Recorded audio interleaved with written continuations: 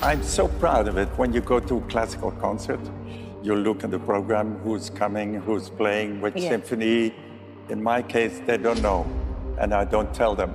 They only know when you go to André and his orchestra, you will have an evening you will never forget. For more than half a century, André Rieu has been the heartbeat of a gentler world, the violinist who made millions believe that grace still has a place in modern life.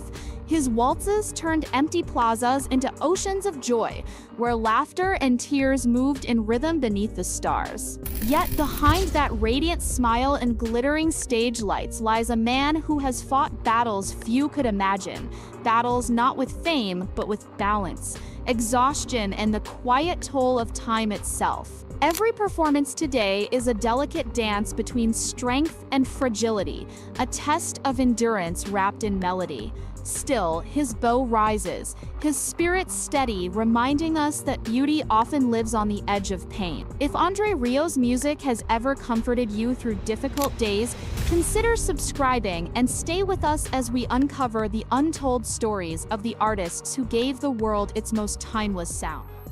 Childhood in Maastricht. André Leon Marie Nicolas Rieu was born on October 1, 1949, in Maastricht, a quiet Dutch city still healing from the scars of World War II. The cobbled streets carried the memory of marching boots, and the churches still rang with the echo of loss. His family lived in comfort, yet the warmth of affection rarely filled their home. His father, André Rieu Sr., a respected conductor, could summon emotion from an orchestra but offered none to his children. His mother, Katharina, kept the household like a perfectly tuned instrument, precise, spotless, and utterly silent. Meal times were polite and rehearsed. Smiles were rare, laughter rarer still, for a child so hungry for tenderness that quiet was unbearable. "My parents didn't love me," André would later admit, not as accusation, but as a fact. It was an emptiness that shaped him more deeply than any lesson could. As a boy, he sat alone in his room, conducting imaginary orchestras with a pencil, hoping to be seen. When he confessed his dream of playing joyful music, his father dismissed it with a glance. Joy, in his world, was unprofessional. That single look left a mark that applause would never erase. Yet even within that coldness, André's purpose was born. He promised himself that if love could not be found, he would create it. His violin became his confidant, the voice that spoke when no one else listened. From that lonely house in post-war Maastricht, a quiet vow took shape to turn silence into song and discipline into beauty. It was the beginning of a journey that would one day make millions believe again in warmth, in melody, and in hope. The boy and his violin. When André first held a violin, it felt far too large for his small hands. Yet something inside him knew it wasn't just an instrument, it was a lifeline. In a home ruled by silence, music became the only language that spoke back. He practiced late into the night, long after his family had gone to bed, bow trembling not from fear but from hunger, a hunger to feel alive, to feel something warm in a world that felt cold. The wooden floor would creak beneath his feet, candlelight flickering across the strings as his notes filled the air. Sometimes the sound was uneven, other times it soared so tenderly that even the shadows seemed to listen. In those moments, André wasn't just a child playing an instrument, he was a soul trying to survive through sound. "The violin," he once said softly, "was my only friend who listened." That friendship became the heartbeat of his youth. When words failed, he played. When loneliness pressed too close, the bow answered for him. He discovered that music could heal the wounds no one could see. Even now, when he performs, traces of that boy remain, the one who played to be heard, to be seen, to prove that something beautiful could come from silence. The violin was more than his escape, it was his teacher. It taught him patience, endurance, and the fragile balance between control and emotion. Long before fame, applause, or grand stages, it was the violin that saved him, the companion that turned a quiet boy into a man who would one day make the whole world listen. Brussels Conservatory years. By the late 1960s, André's passion had led him to the Royal Conservatory of Brussels, a place where music was studied like science, dissected note by note until its soul was gone. The corridors smelled of varnish and ambition. Professors demanded precision, not passion. Emotion was considered a weakness. For a young man who played to feel alive, this was suffocating. He tried to fit in, rehearsing scales, following rules, suppressing the urge to smile when he played. But the joy he carried from childhood refused to be silenced. He dreamed of an orchestra that didn't just perform music but lived it. One that could laugh, sway, and make audiences feel free. His classmates mocked him for it, calling his dream child. Some professors even advised him to abandon his naive vision and pursue a proper career in formal conducting. But André held his ground. Each insult only sharpened his resolve. Those were years of invisible bruises, he later recalled. Wounds that don't show, but they shape you.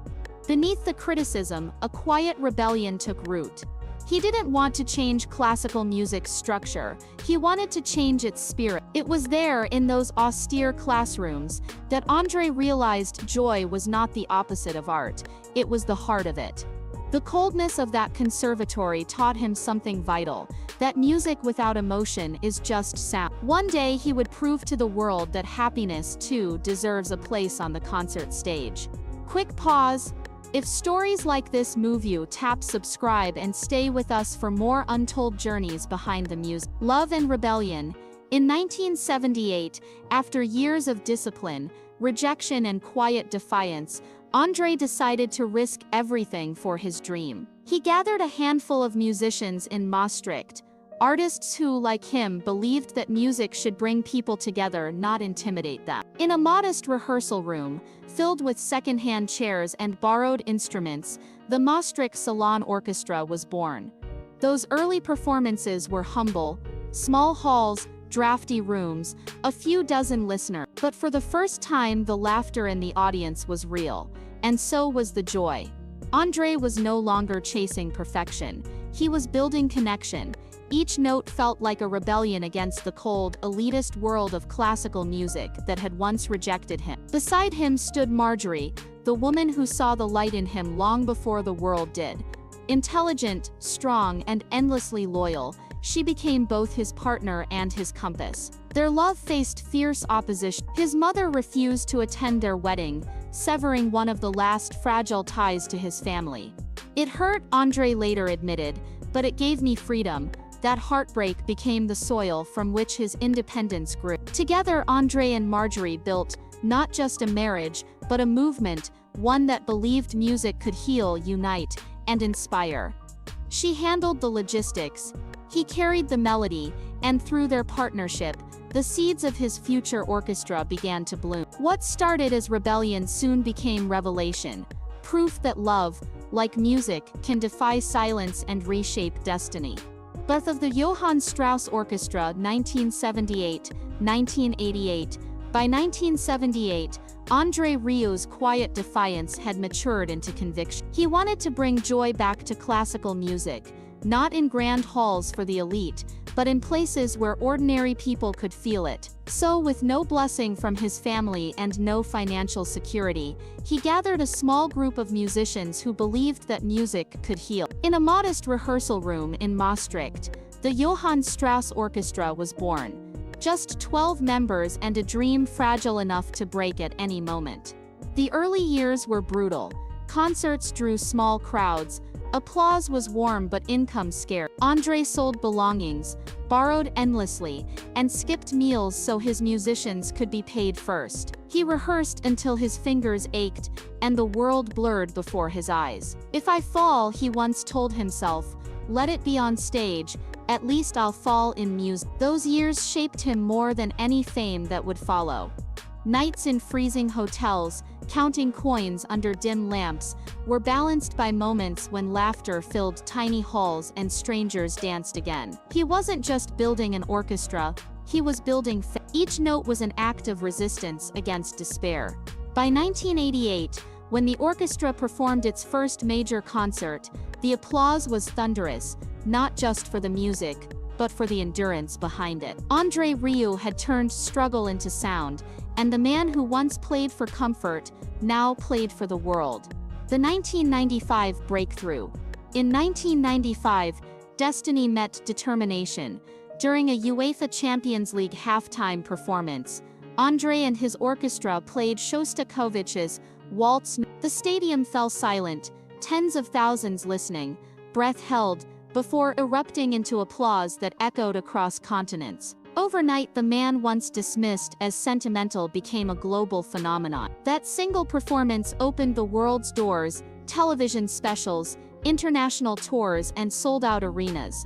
But behind the glittering success was a relentless toll.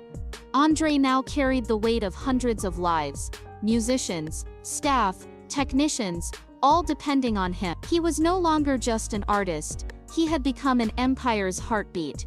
Airports replaced rest, rehearsals blurred into nights, and exhaustion became his silent companion.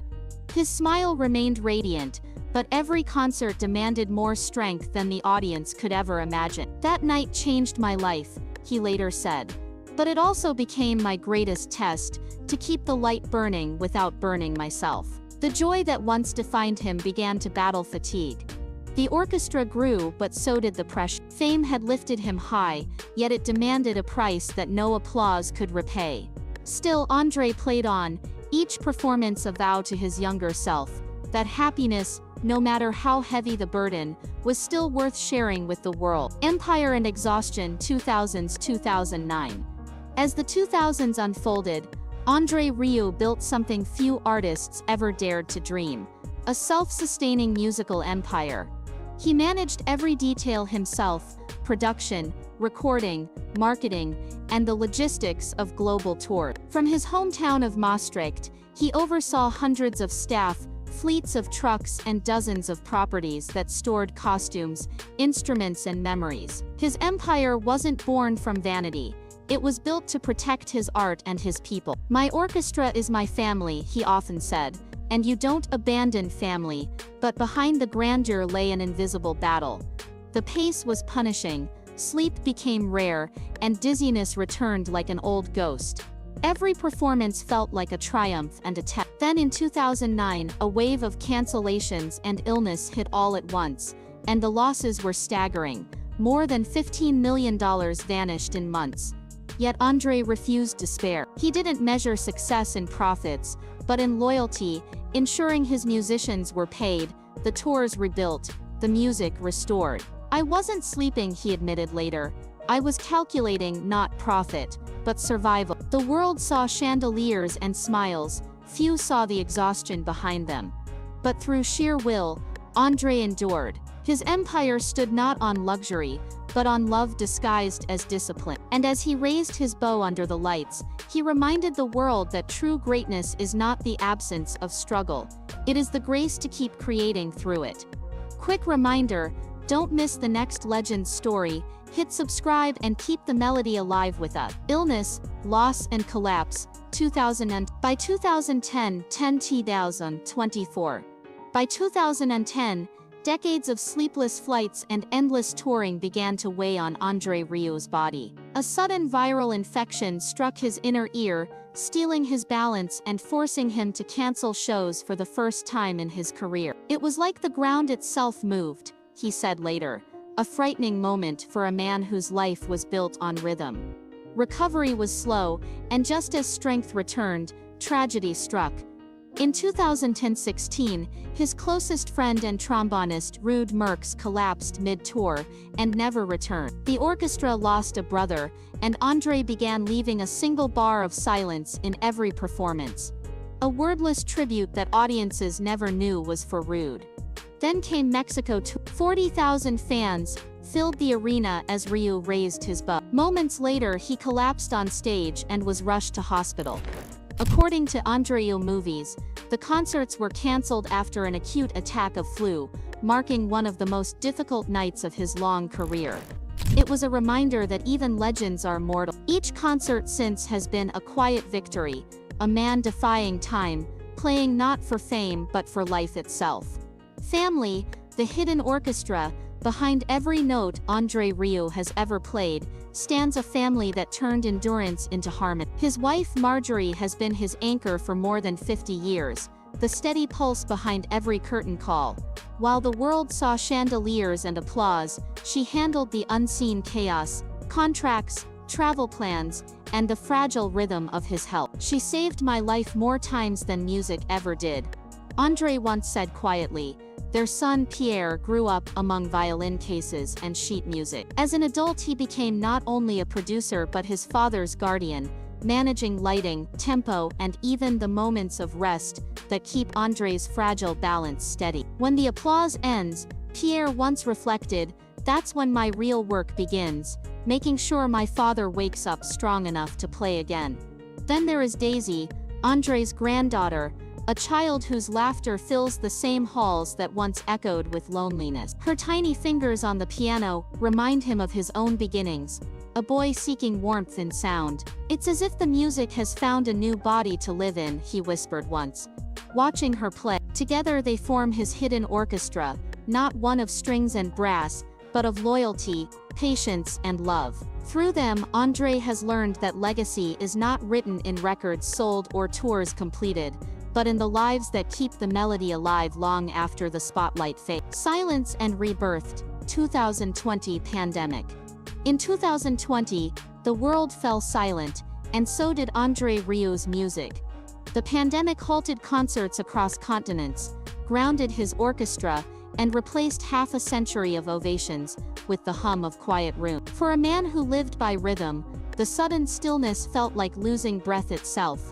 Yet while many artists retreated, André thought first of his 100-member orchestra, the musicians, stage crews, and families who depended on him. As he later told UK Music Reviews, he personally covered his team's salaries throughout the lockdowns, so no one would be left behind. He admitted that the silence frightened him at first, but it also humbled him. "You learn what music really means when you can't play it," he reflected. Inside his Maastricht castle, he spent long months walking the echoing halls, where laughter once lived. The rehearsal room stood still, but his violin did not. He began playing again, softly, privately, not for applause but for peace. Some nights the notes drifted out of open windows and across the quiet streets, a reminder that hope, like melody, refuses to disappear. He even considered selling one of his prized Stradivarius violins to support his orchestra, a decision he thankfully never had to make, though the thought revealed the depth of his devotion. When the world reopened in late 2021, his return to the stage was emotional. The applause that once roared now trembled with shared relief. Fans wept openly as he played, and André bowed, his eyes wet, whispering a quiet thanks. The music was slower, softer, not a comeback but a resurrection. It was proof that even after the deepest silence, the song of the human spirit can still rise again. The same patience that shaped his music now guides his days. His health, though delicate, remains steady through quiet discipline, herbal teas, short walks, and family meals instead of late-night flight. According to Interlude, Rieu's journey from a strict childhood home to the world's grandest stages reflects an artist who turned discipline into beauty. That balance still defines him. Marjorie keeps the business steady, Pierre protects his father's legacy, and granddaughter Daisy fills the halls with laughter. The spotlight has dimmed, but the warmth remains. He knows now that true wealth isn't in applause or fortune. It's in endurance, gratitude, and the ability to keep creating joy. His music reminds the world that gentleness too can be strength. Subscribe for more timeless stories of artists whose music outlived the spotlight.